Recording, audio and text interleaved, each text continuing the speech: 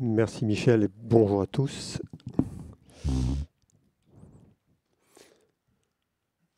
Donc, avant de passer à la présentation de la MTE de Monaco, je vais vous présenter brièvement la chaîne d'outils Efficacity dont parlait Michel. Donc, Michel a insisté sur la maturité de cette chaîne d'outils. Alors pourquoi elle est mature? C'est parce qu'on est capable aujourd'hui de quantifier précisément les performances énergétiques et environnementales d'un projet d'aménagement urbain. Donc, si on se concentre sur les outils de la décision, c'est les 4 premières boîtes du haut.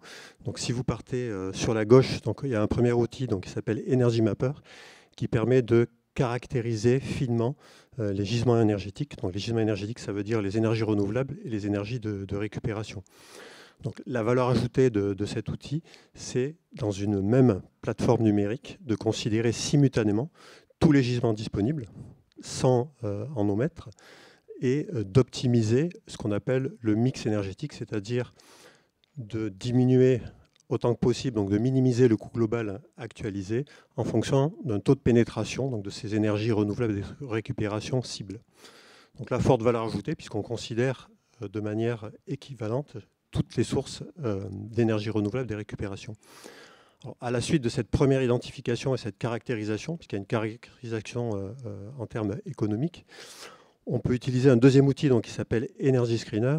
Et lui, cet outil permet, à partir des gisements énergétiques identifiés et de consommation énergétique des bâtiments donc sur le projet à l'échelle quartier identifié, de scanner le champ des possibles de systèmes énergétiques. Donc là, la valeur ajoutée, c'est de n'omettre aucun système énergétique, c'est de considérer toutes les solutions possibles et de les filtrer. Alors les filtrer, ça veut dire quoi? Ça veut dire d'appliquer un filtre économique, de regarder le coût global actualisé du système énergétique, de regarder les performances énergétiques également, par exemple le taux de pénétration des ENR ou un COP, un coefficient de performance, et également l'impact environnemental. Ça veut dire de pouvoir donner une mesure du CO2 par kilowattheure ou mégawattheure d'énergie thermique produite. Donc Energy Screener permet vraiment, à partir de tout le champ des possibles, de choisir, en fonction de différents filtres, les systèmes énergétiques les plus pertinents. Donc là, encore une fois, pour les acteurs d'un projet d'aménagement urbain, ça permet vraiment, en toute connaissance de cause, de choisir, à partir de filtres prédéfinis, les systèmes énergétiques qui sont les plus pertinents pour le projet donné. Alors, une fois qu'on a fait ce travail et qu'on a, isolé les systèmes énergétiques les plus intéressants, on utilise un autre outil qui s'appelle Power10, lui qui est un outil de simulation énergétique dynamique. Alors, la valeur ajoutée de cet outil, c'est de pouvoir étudier de manière précise sur une année, au pas horaire. Donc, ça veut dire qu'on fait une simulation dynamique. On est capable de simuler l'état du système à chaque heure de l'année, ou voire infrahoraire, toutes les 10 minutes, de manière couplée. Donc, ça veut dire qu'on peut simuler les bâtiments, donc les besoins énergétiques des bâtiments et la dynamique des systèmes énergétiques associés de manière couplée. Donc ça permet vraiment de s'assurer qu'à chaque moment de l'année, on est capable de satisfaire aux besoins des bâtiments et surtout d'éviter, donc Michel en parlait, les surdimensionnements, donc s'assurer que les systèmes énergétiques sont bien adéquats par rapport aux besoins des bâtiments. Donc là, c'est ça la valeur ajoutée, donc de pouvoir faire des études qui permettent de quantifier précisément si les systèmes énergétiques sont adéquats pour le quartier considéré. Dernier outil dans la chaîne, c'est UrbanPrint. Alors lui qui permet d'évaluer l'impact environnemental du projet d'aménagement urbain.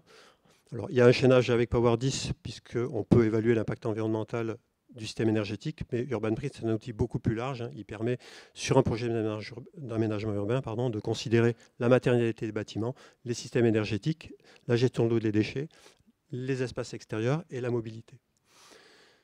Donc, on peut évaluer l'empreinte énergie et carbone. Donc, c'est la méthode quartier énergie carbone qui a été soutenue par l'ADEME, et on peut également évaluer tout un tas d'indicateurs environnementaux. Une deuxième valeur ajoutée d'UrbanPrint, outre la capacité à quantifier précisément ces impacts énergie et carbone, c'est de donner à l'utilisateur du logiciel les leviers qui restent activables. Donc ça veut dire quoi? Ça veut dire qu'UrbanPrint compare le projet qu'on étudie à un projet de référence. Donc ce projet de référence, on peut dire que c'est le minimum réglementaire. Et l'utilisateur peut avoir tous les leviers qui restent activables pour atteindre un impact environnemental minimal. Donc ces leviers activables, ça peut être de utiliser plus de matériaux biosourcés dans la matérialité des bâtiments, d'avoir des systèmes énergétiques plus performants.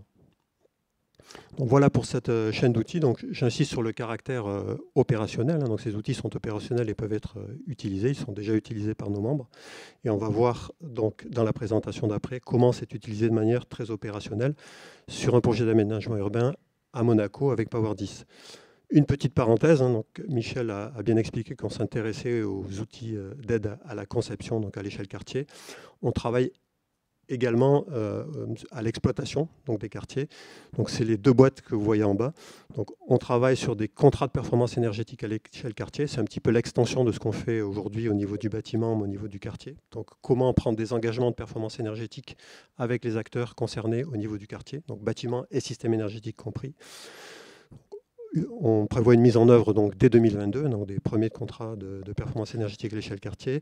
Et on travaille également sur l'optimisation du pilotage, alors c'est un petit peu plus technique, des dispositifs de stockage sur des réseaux électriques basse tension. Donc ça veut dire quoi? Ça veut dire que sur des quartiers où on veut faire de l'autoconsommation ou sur des réseaux faiblement maillés, donc typiquement des zones rurales ou sur des territoires extra-européens, comment piloter un dispositif de stockage, donc des batteries, de manière optimale pour satisfaire des usages prioritaires. Donc là, on peut donner l'exemple d'un projet qu'on mène en Afrique avec Vinci, où on doit assurer, à partir d'une batterie, des usages prioritaires au niveau d'un bâtiment de mairie et d'éclairage public. Donc voilà pour une présentation, je dirais, qui illustre la maturité de nos outils, donc une capacité à quantifier finement les performances énergétiques et environnementales, la valeur ajoutée de nos outils dont je vous en ai parlé, donc sur les différents pans opérationnels. On passe donc à Power10 avec la MTE, donc la mission pour la transition énergétique de Monaco. On va vous expliquer donc comment cet outil a été mis en œuvre et ce qu'il apporte à la MTE dans son projet d'aménagement sur un quartier à Fontvieille. Donc j'appelle Samuel Chiche, donc, qui est un ingénieur R&D chez Efficacity et qui suit ce projet. Bonjour et rebonjour. Alors, est-ce que cette fois-ci, vous nous entendez? Oui, vous entend. Bonjour, nous on vous entend aussi, on vous voit. Vous avez accès à la présentation? On n'a pas accès, mais on l'a à côté. On l'a. Ah là, c'est bon. Là, c'est bon. OK. Vous nous avez présenté, vous voulez qu'on se présente? Alors, on a rapidement introduit ce dont on allait parler. J'attends juste d'avoir un retour sur le grand écran de la présentation. Voilà. Donc, comme je l'ai dit, donc je le répète, on va parler de la mission Monaco, donc qui relie la principauté de Monaco avec Efficacity. Le plan, c'est celui-ci. On va rapidement voir les enjeux de la principauté de Monaco, puis parler de la mission avec Efficacity. Je ferai quelques illustrations sur les simulations actuelles qu'on mène, et on fera un dernier point sur la valeur ajoutée. Donc, je vous laisse la parole avec les enjeux de la principauté de Monaco. Et je passerai les slides. Très bien. Écoutez, bonjour à tous. Annabelle Gégère-Sédou, je suis la directrice de la mission pour la transition énergétique, qui est une mission du gouvernement princier dédiée à la transition énergétique, comme son nom l'appelle. Et je suis accompagnée de Géraldine Fievé, chef de projet, ingénieure du bâtiment, comme vous le voyez à l'écran, et qui vous décrira le projet technique. Les enjeux, en effet, je pense que c'est important de placer le projet Efficacity dans le contexte monégasque et de la répartition de nos émissions de gaz à effet de serre en principauté, qui sont un petit peu différentes de celles françaises, puisque clairement, vous le voyez sur ce camembert, on a une répartition à peu près quasi égale dans 3 secteurs, que sont les déchets, la mobilité et l'énergie du bâtiment. Voilà, donc cette répartition que vous avez sous les yeux, c'est un peu notre feuille de route et à laquelle nous nous attaquons pour réduire les émissions de chacun de ces secteurs. Et bien sûr, aujourd'hui, nous parlerons principalement du secteur énergie du bâtiment, où si on y regarde d'un peu plus près, on a 2 sources principales que sont le chauffage au fioul et le chauffage au gaz. Le chauffage au fioul, c'est une problématique de laquelle on est en train de sortir, puisqu'au 1er janvier 2022, nos bâtiments à Monaco ne pourront plus utiliser le fioul comme énergie principale. Voilà, donc il nous reste que nous aussi à Monaco un chemin à parcourir pour tenir nos engagements en termes d'émissions, de réduction de ces émissions. On vise moins 55% en 2030 et la neutralité carbone en 2050. Pour s'attaquer à tout cela, le gouvernement princier a mis en place un certain nombre de moyens et d'outils. Le premier, c'est le Fonds vert national, donc un fonds qui est dédié à cette transition énergétique pour financer projets publics et privés en faveur de la transition énergétique. La mission, je vais le faire dans le désordre, la mission que je dirige et qui est donc dédiée à cette transition, donc une équipe assez polyvalente, très en lien avec les acteurs publics et privés pour les accompagner dans cette transition, les accompagner tant en expertise qu'en pédagogie et qu'en outils financiers. Et notre objectif, c'est de fédérer la dynamique qui est enclenchée en principauté. Donc, j'en viens à mon troisième levier qui est la mobilisation. On a souhaité évidemment que cette politique de transition énergétique soit très partagée avec les acteurs, pas simplement pour se faire plaisir, mais tout simplement pour tenir nos objectifs, puisqu'il ne suffit pas de politique publique, encore faut-il que les acteurs s'en saisissent et mettent en œuvre les solutions que l'on propose. D'où un livre blanc qui a été donc la première étape d'une politique partagée, d'où un pacte national qui est une démarche de progrès proposée à l'ensemble des acteurs, publics, privés, individus ou entreprises, qui les embarquent dans la démarche de transition énergétique qu'on leur propose et dans laquelle on les accompagne, et bien sûr des points réguliers comme la conférence annuelle de la transition énergétique. Donc à l'échelle d'un petit pays comme le nôtre, tout ça fait sens et on a là différents leviers pour accompagner cette transition. Je passerai à la diapo suivante. Pour vous dire que pour faire un focus sur cette énergie des bâtiments, on a là aussi, vous nous entendez toujours, hein? Oui, parfaitement. D'accord, parfait. J'avais l'impression que l'image était bloquée, mais ça n'a pas d'importance. Différents leviers.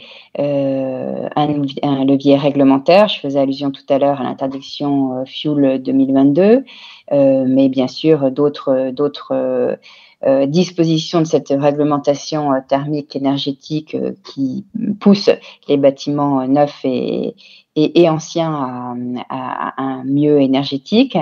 Un gros dispositif de soutien financier à la rénovation du bâti qui a été ici aussi largement complété dans le cadre du plan de relance, avec l'idée bien sûr de bénéficier aussi à l'économie monégasque. Une démarche assez spécifique au territoire, même si elle existe dans d'autres régions de France, c'est la logique bâtiment durable méditerranéen, donc une logique spécifique à notre climat méditerranéen, ce qui semble tout à fait important aujourd'hui compte tenu de ce changement et réchauffement climatique en ce qui nous concerne, et donc une démarche qui travaille beaucoup dans une logique participative et dans une optique de bioclimatisme. Donc c'est cette démarche BD2M qui est référencée.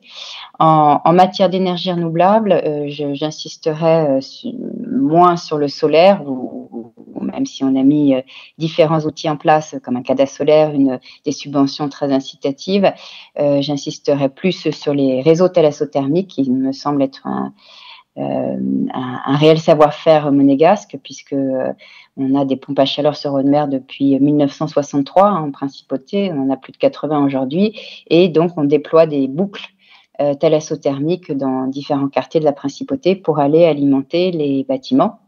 en chaud et froid, et donc apporter une alternative au fioul. Récemment, l'État vient d'investir 60 millions d'euros pour 2 nouvelles boucles dans 2 quartiers, et c'est donc une infrastructure d'avenir sur laquelle nous misons beaucoup pour faire la différence, puisqu'elle va nous permettre notamment de baisser de 7% nos émissions de gaz à effet de serre d'ici 3 ans. Voilà, je m'arrêterai là pour le panorama global, et je laisse la parole à Géraldine pour parler de la mission avec Efficacity.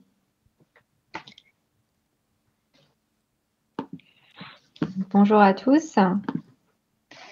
Alors effectivement, Efficacity a été missionné pour nous apporter une modélisation pour l'instant sur le quartier de Fontvieille, qui est un quartier à l'ouest de Monaco, sur lequel il y a déjà un réseau chaud-froid. Donc l'objectif, c'était d'établir une vision globale des enjeux énergétiques du quartier de Fontvieille, de simuler du coup les flux énergétiques sur le quartier et de proposer et simuler des scénarios énergétiques d'isolation, de modification par exemple de vecteurs énergétiques dans des bâtiments. Donc l'une des conditions en tout cas qu'on avait mis avec Efficacity, c'est que ça puisse s'intégrer dans notre modèle de SIG, système d'information géographique, que le gouvernement a développé. Donc ça nous permet d'avoir une cartographie des bâtiments de Monaco, illustrée aussi avec leurs vecteurs énergétiques, et du coup ça nous permet de pouvoir après intégrer les différents scénarios et d'avoir cet outil géographique plutôt qu'un tableau Excel basique. Donc l'objectif, on intègre d'abord le modèle SIG. On va avec Power10, on va réussir à simuler à faire une simulation dynamique du quartier. Et une fois que le modèle est calibré, l'objectif, c'est d'intégrer des scénarios d'optimisation énergétique, donc soit sur de la rénovation, soit également aussi de prendre en compte, par exemple, nos projets de surélévation et de voir en fait quel objectif de performance il faudrait caler pour pouvoir répondre à nos enjeux de gouvernement. Donc, en termes de données d'entrée, je pense que Samuel va en parler, mais c'est vrai qu'il faut vraiment avoir pas mal de données sur le bâtiment existant. Il faut quand même se projeter sur que deviendra le quartier de Fontvieille en 2030 et en 2050, en termes déjà d'urbanisme, de modification d'usage. Et une fois qu'on arrive sur ça, il faut aussi effectivement réussir à se projeter sur qu'est-ce qu'on peut...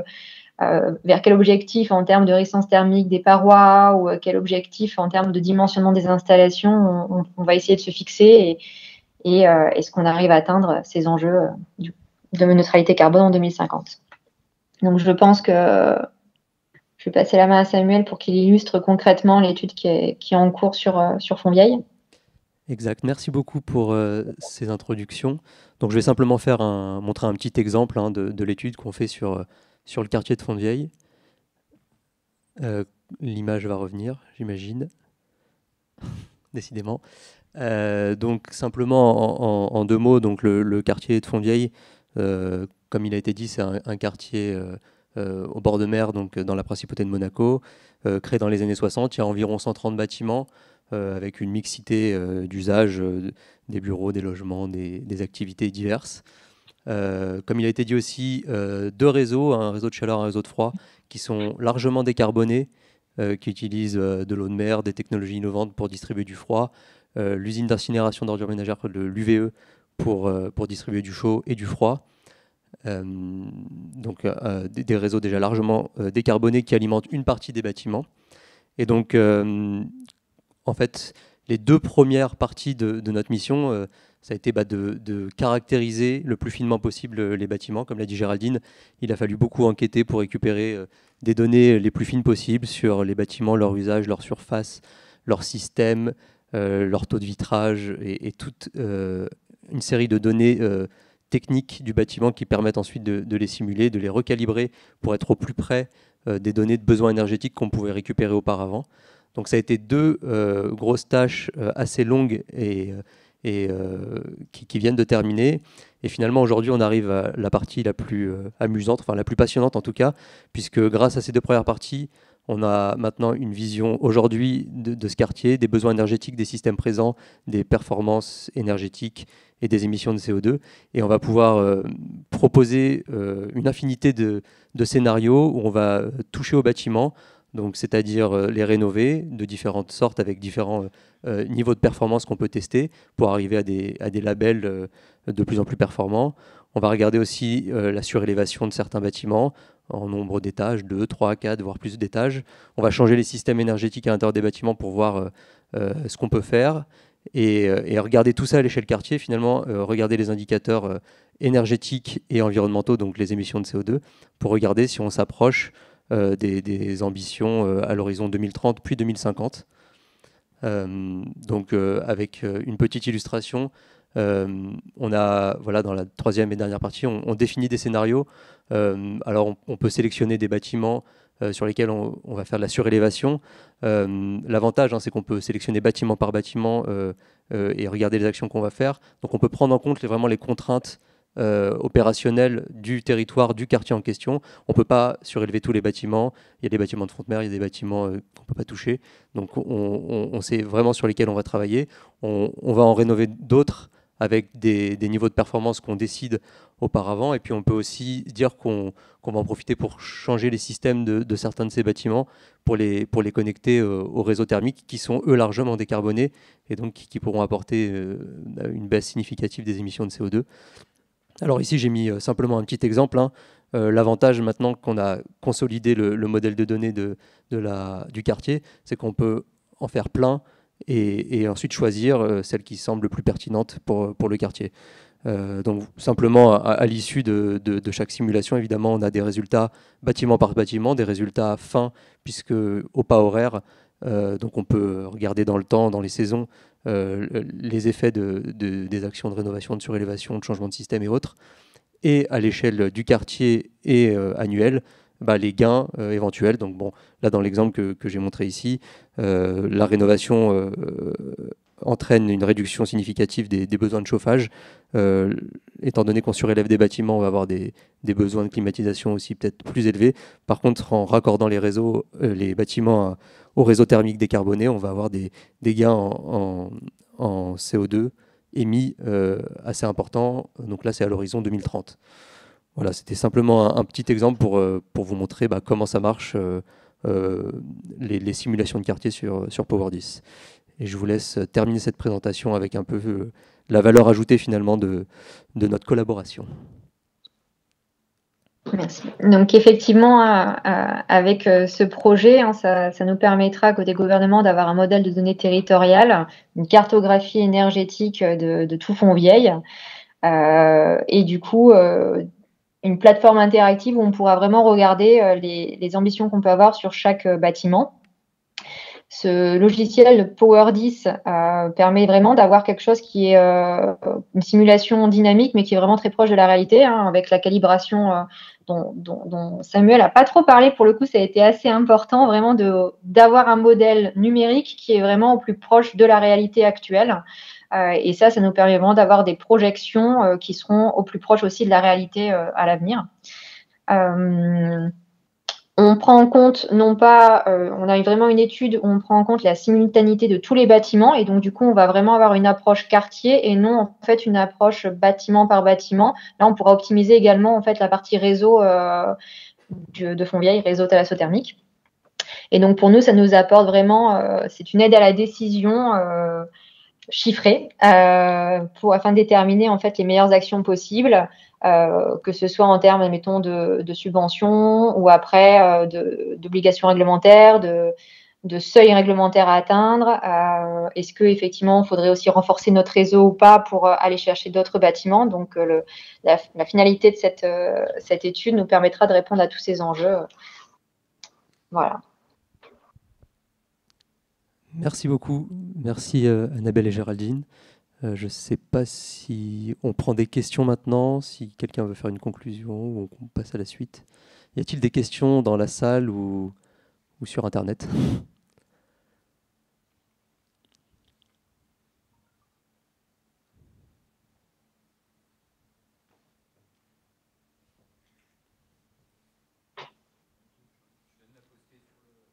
Alors, il y a une question qui a été postée visiblement en ligne. Oui, tu peux aussi la dire. Donc, il y a un micro qui va être passé. Oui, bonjour, Renaud Francoux d'Efficacity, mais je ne suis pas dans cette branche R&D. Je me posais la question de la récolte des données. Est-ce que les promoteurs partagent facilement les données dont vous avez besoin, ou alors il faut un peu les titiller, les convaincre pour qu'ils le fassent? Ça, c'était ma première question. Alors, donc en fait, Annabelle vous l'a présenté en amont, hein, mais on a eu pas mal déjà de résultats d'audit énergétique. En fait, il y a une obligation de réaliser des audits énergétiques sur les bâtiments. Et donc nous, côté mission pour la transition énergétique, on recueille déjà une fiche synthèse de bâtiments, ce qui nous permet déjà d'avoir une première approche des consommations. Donc ça, on arrive à récupérer les informations même du privé. On a sur la partie publique, effectivement, on arrive à avoir toutes les consommations. On a mis aussi des dispositifs de suivi de compteurs. Donc là, côté public, c'est plus simple. Et enfin, côté l'avantage qu'on a sur ce quartier, c'est que, comme je vous l'ai dit, on a un réseau urbain qui est donc du coup géré par notre concessionnaire, et on a pu disposer en fait des courbes de puissance de tout le quartier. Donc, quand on corrèle les usages, quand on corrèle en fait entre nos audits, les données qu'on a sur des opérations publiques où on aura vraiment du coup des scénarios d'occupation plus proches en fonction des usages, et qu'on combine le tout et qu'on compare avec la sortie de courbe de puissance du central de chauffe-froid urbain, on a réussi en fait à créer un modèle assez fiable. Par contre, je vous l'accorde, on n'a pas toutes les infos de tous les bâtiments. On a réussi, avec toute cette collecte, à pouvoir prendre des hypothèses très fiables sur les bâtiments sur lesquels on n'avait pas de données. Pour compléter, je précise quand même que la collecte de données par la MTE a été très efficace. On a déjà travaillé avec Power10 sur d'autres collectivités où c'est toujours un sujet compliqué. C'est aussi l'avantage de travailler à l'échelle quartier. C'est un nombre significatif mais limité de bâtiments qui ont une cohérence entre eux, puisque le quartier se construit globalement sous une période réduite. Et donc, on est capable aussi de prendre des hypothèses quand il nous manque des données et de pouvoir combler les trous quand il y en a. Mais encore une fois, une collectivité qui joue le jeu permet d'avoir à la fin un modèle le plus précis, le plus proche de la réalité. C'était le cas sur le quartier de Fontvieille grâce à la MTE.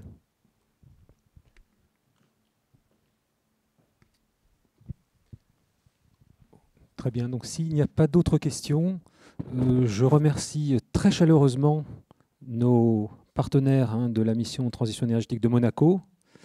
Merci beaucoup. Et donc vous avez vu...